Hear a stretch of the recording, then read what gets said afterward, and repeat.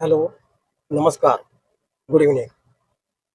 भारत एक गंदा देश है, भारत एक गंदा देश है, ऐसा मैं नहीं कह रहा हूँ।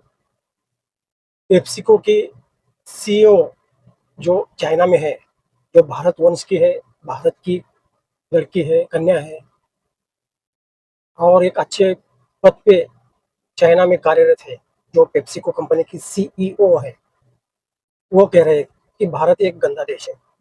ऐसा क्यों कह रहे हैं? क्या वजह होगी कि भारत एक गंदा देश है कहने की नौबत उन पर आई है? क्या ये सही है कि कॉरपोरेट सेक्टर जो है भारत का या कल्चर है, वर्क प्लेस है, वो करप्ट है? यहाँ के लोगों की सोच, इन लोगों की संस्कृति काम करने लायक नहीं है? क्या ये सही स्वागत है आपका मेरे यूट्यूब चैनल पे। पेप्सिको की सीईओ इंद्रानी नोई, जिन्होंने अभी हाल ही में कुछ वक्तव्य किया है और हम उसका रिसर्च करेंगे कि सही मायने में इंडिया में ये कल्चर है कि उन्होंने जो कहा है कि भारत एक बहुत घटिया देश है, यहाँ का वर्क कल्चर बहुत बेकार है, यहाँ के लोग बहुत गंदे हैं, इनकी सोच बहुत गंदी है।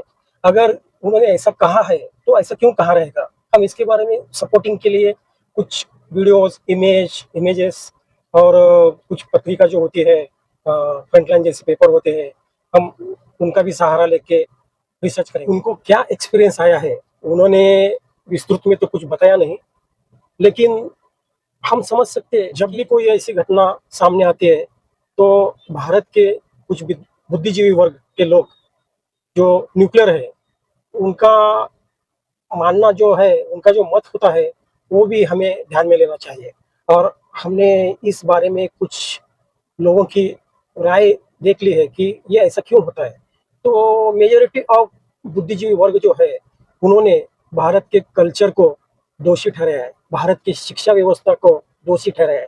भारत की शिक्षा व्यवस्था बचपन से बच्चों के दिमाग में जो वास्तविकता छोड़ के काल्पनिकता भरी जाती है और ये काल्पनिकता आगे चल के भयानक रूप लेती है, जिससे हर पूरे समाज को, देश को नुकसान पहुंच जाता है।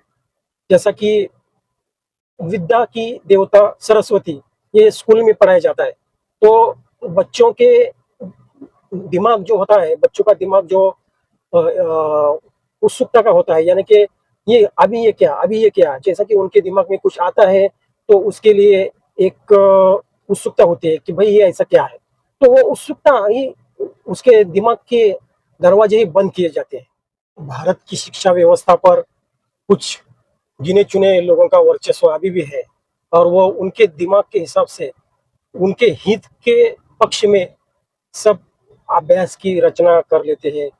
अभ्यास का जो सिलेबस होता है, वो सिलेबस और उसमें क्या होना चाहिए, वो तय करते हैं, वो लोग तय करते हैं जिनका हित होता है उसमें। और वो लोग कभी अपने लिए अहितकारक कोई चीज या विज्ञान का पक्ष वो नहीं लेते। वो हमेशा अंधविश्वास को बढ़ावा देने वाले टॉपिक्स किताबों में, जो स्कूली बच्चों होते हैं, उनके सिलेबस में दिए जाते हैं।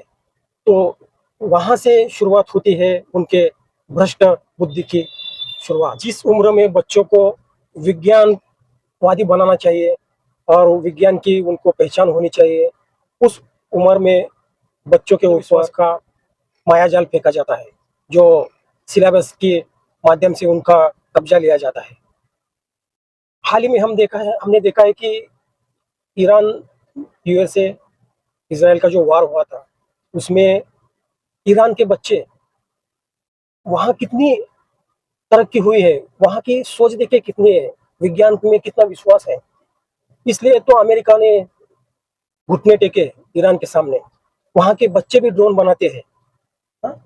इतनी बढ़िया उनकी शिक्षा व्यवस्था है। लोग कहेंगे कि वहाँ मूलतत्ववादी लोग हैं। अरे लेकिन ये सब चीजें हम मैं इसलिए बता रहा हूँ कि आप समझ रहेंगे कि इसमें ईरान यूएसए का क्या संबंध आता है, हमारा विषय क्या है। ये तो विषयांतर है, लेकिन ऐसा नहीं है। भारत में पहली पहली कक्षा से लेकर 10वीं कक्षा तक जो पढ़ाई होती है, वो फाउंडेशन है, वो बेस है। और वो बेस ही अपना कितना कच्चा है, इसके लिए मैं ये सब उदाहरण आपको दे रहा हूँ। आपको पता है, कुछ दिन पहले भारत में, दिल्ली में एआई समिट हुआ था, एआई समिट।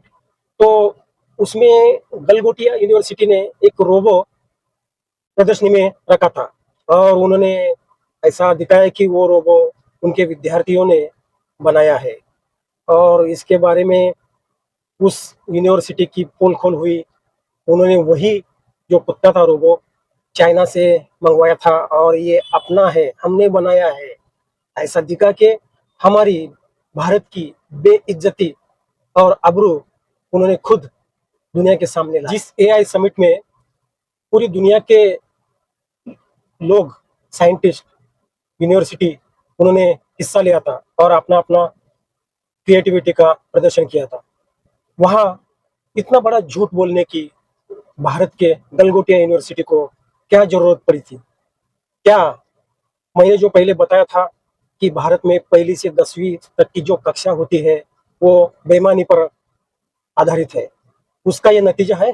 दोस्तों, अभी मैंने जो बात बताई, तो क्या लगता है आपको कि पेप्सिको की सीईओ इंद्रानी नूई को इसी कल्चर का, इसी संस्कृति का, इसी कक्षा पहली से लेके 10वीं तक के गलत तरीके के पढ़ाई का सिलेबस का आगे चल के वही बच्चे बड़े होके कोई अलग अलग फील्ड में जाते हैं, कोई साइंटिस्ट बन जाता है, कोई कुछ बन जाते हैं, तो लेकिन उनकी जो बेसिक सोच है जो दिमाग में भरी गई है और वो हर किसी को तकलीफ देने वाली होती है, ऐसे ही तकलीफ उन्हें हुई होगी क्या? तो कृपया कमेंट में बताएं।